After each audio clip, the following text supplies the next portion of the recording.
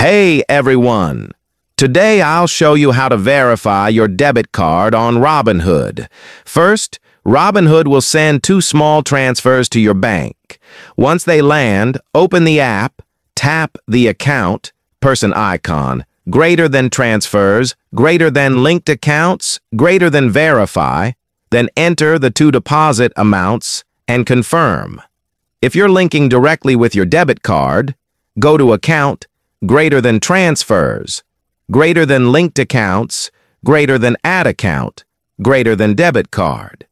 Enter your card info, tap Link Card, and Robinhood will place a temporary $11.95 charge. Don't worry, this is refunded once your card is verified.